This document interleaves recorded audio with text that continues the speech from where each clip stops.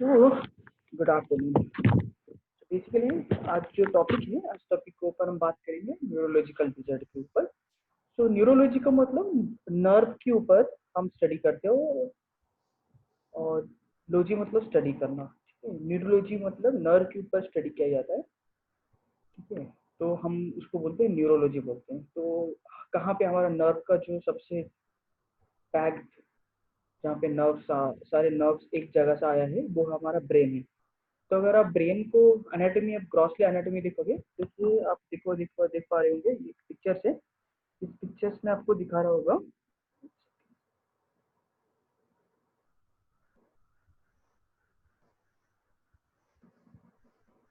ये पिक्चर्स में दिख रहा है, पिक्चर्स है जैसे ये हमारा फ्रंटल पार्ट है, ये पैराइटल है, ये ऑक्सीपिटल है, और ये और टेम्पोरल, मतलब हमारा दोनों साइड का, जैसे दोनों साइड जैसे हम सीधा देख रहे हैं।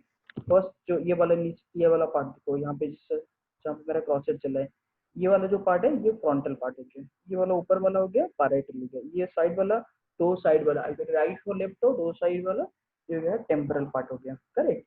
और पीछे वाला जो पार्ट हो गया ऑक्सीपिटल, ये वाला तो ऑक्सीपिटल पार्ट हो गया। एंड ये जो part cerebellum and this is the pons, जैसे mid brain, pons and medulla, and जैसे medulla oblongata और spinal cord once start हो, करेक्ट। सो ये जो ब्रेन जो है, ब्रेन एक पैक्ड टिश्यू है। पैक्ड टिश्यू देखो, देख रहे हो अब, पूरा सेरेबेलम देख रहे हो, पूरा भर के रहा है, कोई थोड़ा सा भी स्पेस नहीं है। अगर स्पेस है, कहाँ पे स्पेस है? हमारे आई के पास। ठीक है, ऑर्बिट एक छोटा सा स्पेस है, साइनस के पास स्पेस है, और कुछ बाकी स्पेस नहीं, बाकी हमारे उसके अंदर स्पेस नहीं है। और थोड़ा सा स्पेस है यहाँ पे, जो ये वाला स्पेस, जैसे वहाँ पे सेरेब्रोस्पाइनल फ्लूइड, सीएसएफ जरा हम जहाँ पे रहता है, ठीक है, वो वाला स्पेस है। लेकिन बाकी उसको छोड़ के बाकी और कुछ हमारे क्या स्पेस नहीं है। तो अगर कुछ भी थोड़ा बहुत अगर चोट लगता है, कुछ डैमेज होता है, क्या होता है, तो उसी के अंदर ही डैमेज होता है। डैमेज तो मान लो यहाँ पे एक सपोज ट्रोमा लो, पीछे से हुआ, आगे सेकेंड ट्रोमा लो, ट्रोमा लगने के बाद क्या होता है, ये तो पूरा पैक टिश्यू जाएगा नहीं, इधर यहाँ पे रॉप्चर हो जाएगा, नहीं तो ब्लीड होगा। ब्लीड होने के बाद क्या होगा, जहाँ पे ब्लीड होगा ना, उस जगह पे इस्केमिक हो जाता है, और उस जगह पे जो नर्व होता है, ये सारे धीरे डैमेज हो जाते हैं। होने के कारण से उस एरिया, पर्टिकुलर एरिया जिसके लिए रेस्पॉन्सिबल है, जिस ऑर्गन्स के लिए रेस्पॉन्सिबल है, जहाँ से वो मतलब सारे नर्व सिस्टम निकलता है पर्टिकुलर एरिया के लिए, उस एरिया पर्टिकुलर एरिया काम नहीं करता है। नहीं होने के कारण से क्या होता है, वो पर्टिकुलर एरिया और पर्टिकुलर ऑर्गन्स क्या होता है, इम्पेयरमेंट हो जाते हैं, मतलब काम अच्छे से नहीं करता है। ठीक है, तो उसको हम बोलेंगे neurological disorder.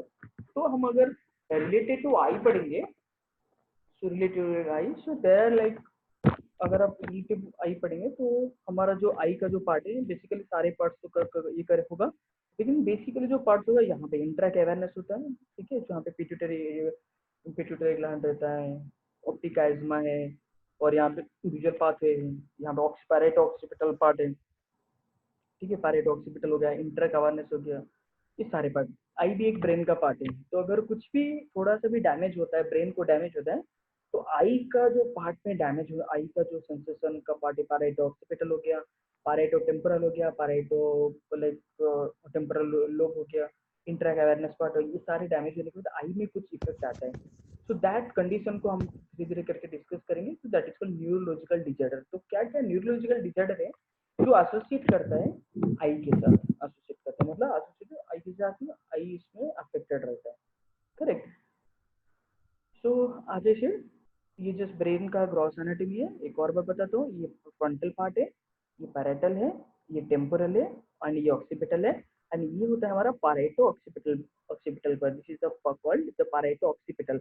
And from the Pareto occipital up to this point, Pareto occipital occipital cortex is the most essential part for the vision, visual sensation, and other related to the other like function related to eye. Very much important part, Pareto occipital. If something happens, something trauma or something happens to that particular region or that particular area, our eye is getting affected more.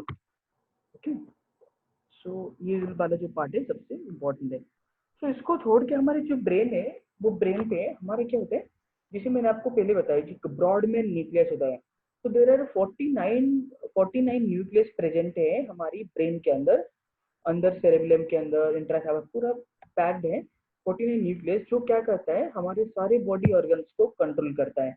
हमारे हाथ के लिए को nerve, कोई nerve होगा, पैर के लिए भी नर्व होता है, सेंसेशन के लिए नर्व होता है, कहीं भी जो भी जितने भी ऑर्गन है सबके लिए क्या होते हैं, नर्वस सिस्टम होता है। तो सारे नर्वस सिस्टम कहाँ से कनेक्ट होता है, हमारी ब्रेन से कनेक्ट होता है। ये सारे कनेक्ट क्या कहता है, कनेक्ट होता है। मतलब मान लो एक पेड़, टेक एन एग्जाम्पल, एक पेड़ है, ठीक है। तो पेड़ कैसे जिंदा है, मतलब पेड़ कैसे बचता है, दैट मीन्स पर रूट की वजह से। तो दैट मीन्स मान लो ये हमारा ब्रेन, मान लो नहीं, ये हमारा पूरा शरीर का, पूरा हेल्थ सिस्टम का, पूरा ऑर्गन्स का ये एक रूट रूट है, ठीक है, रूट कॉज है। कुछ भी अगर ब्रेन को होता है, दैट मीन्स हमारा सारे पार्ट्स, कुछ ना कुछ पार्ट्स इसमें डिसेबिलिटी होगा, तो हम इसमें सफरर होंगे। अगर ब्रेन में कुछ दिक्कत होता है तो ब्रेन हमारा क्या हो गया, रूट हो गया। तो हमारा ब्रेन मुझे सीपीयू, सेंट्रल प्रोसेसिंग यूनिट, जैसे हमारा कंप्यूटर में होता है। अगर कंप्यूटर में मदरबोर्ड नहीं रहेगा, मतलब सीपीयू सेंटर, जो सीपीयू नीचे लगा है जिसके सब कुछ कनेक्टेड होता है, अगर वो नहीं रहेगा तो उसका हो पाएगा, नहीं हो पाएगा। मान लो लैपटॉप दिया गया, लैपटॉप में मदरबोर्ड हट गया, मदरबोर्ड को हटा दिए, प्रोसेसिंग हटा दिए, सब कुछ, लैपटॉप चलेगा, नहीं चलेगा, वो खिलौना जैसा हो गया। सेम थिंग अगर ब्रेन डेड हो गया, दैट मीन्स हमारा कुछ काम नहीं कर सकता, क्योंकि ब्रेन से ही सर सब कुछ क्या होता है, हमारा न्यूक्लियस का, नर्वस सिस्टम का सारे कंट्रोल्स हमारी उधर ही आता है। क्लियर, समझ में आया? हेलो, समझ में आया? Hello, yes sir. So I के लिए तो सारे इंपॉर्टेंट है, लेकिन सबसे इंपॉर्टेंट है जो पार्ट है ये हो गया parieto occipital and occipital. And दो दिस थिंग क्या होता है, supra nuclear region, this is called supra nuclear region. मेरा क्रॉसर जहाँ पे कर रहा है, this is called supra nuclear region and this is the parieto occipital. ये जो वाला दो पार्ट है ये सबसे इंपॉर्टेंट पार्ट है। मतलब सारे ऐसे भी नहीं है, इसको छोड़ के बाकी सारे इंपॉर्टेंट है, सबकी सब इंपॉर्टेंट है, लेकिन सबसे मेन जो इंपॉर्टेंट पार्ट है ये है पैराइटो occipital, only parieto occipital and occipital with like supranuclear region। क्यों? देखो जो पैरेटो ऑक्सीपिटल ऑक्सीपिटल क्या होगा, एक तो विजुअल सेंसेशन, विजुअल फंक्शन के लिए सारे काम करेंगे। नेक्स्ट क्या, हमारा जो भी जो अकोमोडेशन होता है, कन्वर्जेंस होता है, और सबका सब न्यूक्लियस क्या है, ऑक्सीपिटल कॉर्टेक्स में। जैसे 70 ब्रॉडमैन 17 18 19 न्यूक्लियस होता है, ये सारे उधर ही रहता है ऑक्सीपिटल कॉर्टेक्स में। ये हो गया हमारा दिखने वाला पार्ट हो गया ग्रॉसली। नेक्स्ट पार्ट आएगा हमारा ऑकुलर मूवमेंट में। ऑकुलर मूवमेंट जो कहता है, अगर आप ऑकुलर मूवमेंट के लिए देखोगे, ये सुप्रा न्यूक्लियर रीजन रहता है, ये जो वाला पार्ट है सुप्रा न्यूक्लियर रीजन, इसको बोलते हैं supra. Consist of like pons, medulla and higher order brain stem, like medulla oblongata, इस सारे को कंसिस्ट होकर उसको बोलेंगे सुप्रा न्यूक्लियर रीजन। तो उसमें क्या होता है, हमारा third nerve, fourth nerve and sixth nerve, जो कि हमारा आई मूवमेंट में हेल्प करता है। तो ये वाला पार्ट इधर रहता है। अगर कुछ भी दिक्कत होता है इस एरिया को, अगर कुछ भी डिजीज होता है, मान लो कुछ चोट लगता है, कुछ भी समथिंग ब्लीडिंग होता है, कुछ ट्रॉमा होता है, अगर कुछ भी होता है, तो ये सारे जो पार्ट से क्या होता है, इफेक्टेड अफेक्ट होता है। ये अफेक्ट होने के कारण से क्या होगा, आई मूवमेंट भी नहीं हो पाएगा अच्छे से, तो आई स्ट्राबिस मसल में शो करेगा, नहीं तो निस्टाग्मस हो जाएगा, कुछ भी, लेकिन आई में प्रॉब्लम होगा। तो दैट मीन्स दो पार्ट हमको पता चला कि एक तो parieto occipital and pure occipital cortex वाला हो गया, next supra nuclear region. So apart from that, ऐसे नहीं कि only those two parts are responsible for the only ocular involvement, like ocular related neurological disorder, not exactly that, even if like if something lesions to the like that, this particular that is called intracavernous, ठीक है। तो cavernous sinus होता है हमारा, बीच में cavernous sinus होता है, जहाँ से हमारा थर्ड नर्व सिक्स्थ नर्व सारे क्या कह रहे हैं, fasciculus part of third nerve sixth nerve गया है। तो मैंने एक आपको ना पीपीटी शेयर किया है, क्या था मतलब काफी दिन पहले, एक होगा third fourth and sixth nerve का, हमने टीचर पढ़े थे, जो आपका कॉमन ऑप्टोमेट्री क्लास हुआ था, कांचन नाम की लड़की प्रेजेंट की थी, तो उसका प्रेजेंटेशन मैंने आपको ग्रुप में शेयर किया था।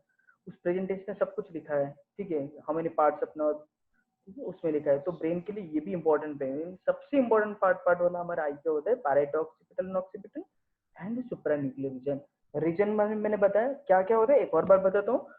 So for the eye related, those two parts are most important. Not only those two parts, all the brain, all the parts of brain is very important for the eye, because if something happens that any parts like bleeding हो रहा है, चोट लगा, bleed हुआ, तो ultimately ये brain पर pack tissue है, इसमें थोड़ा सा भी स्पेस नहीं है। जो भी थोड़ा सा स्पेस है बहुत ही कम स्पेस है, लेकिन सबसे ज्यादा अगर ब्रेन पे कहीं पे भी स्पेस है, कहाँ पे है, एक होता है, एक होगा हमारा ऑर्बिट, ठीक है, एक ऑर्बिटल टिश्यू है, ऑर्बिट के अंदर है, एक होता है हमारा विट्रेस में। कुछ भी थोड़ा सा होता है, हमारा ब्लीडिंग का सब आई में इफेक्ट आता है, ब्लीडिंग होना, अगर ऑप्टिक नर्व कुछ कुछ भी होता है, ऑप्टिक नर्व रिलेटेड हो कुछ भी होगा, लेकिन सब कुछ क्या होता है हमारे ऑप्टिक ऑर्बिट के ऊपर आता है। दैट मीन्स हमारा आई के लिए सारे ब्रेन पार्ट इंपॉर्टेंट, लेकिन बट उसको छोड़ के बाकी उसमें एक दो पार्ट है जो जहाँ पे सबसे ज्यादा इंपॉर्टेंट है।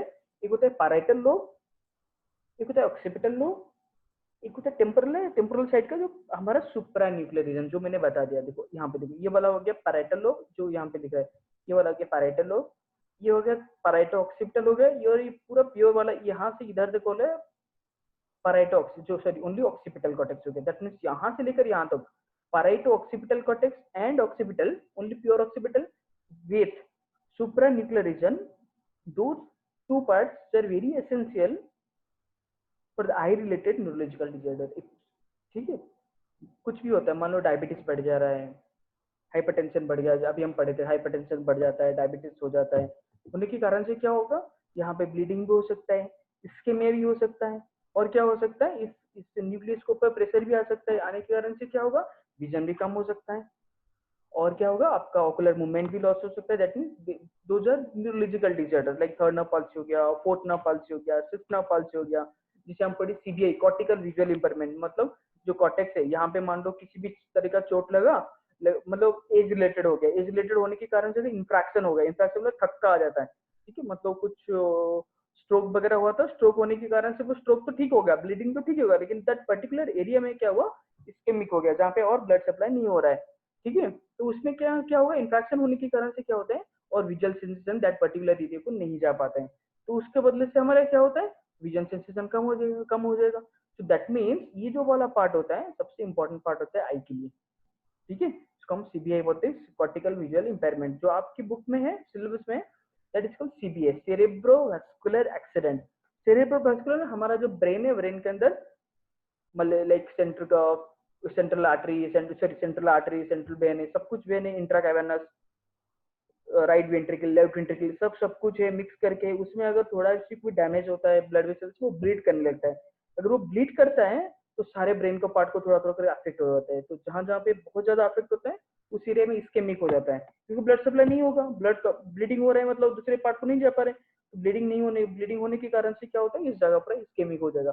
इस्केमिक होने के कारण से क्या होगा, तो ब्रेन उस पर्टिकुलर एरिया के लिए जो जितना रिस्पॉन्सिबिलिटी, जो पार्ट रिस्पॉन्सिबल है, उस पार्ट काम करना बंद कर देगा। So that is called neurological disorder, that is called cerebrovascular accident.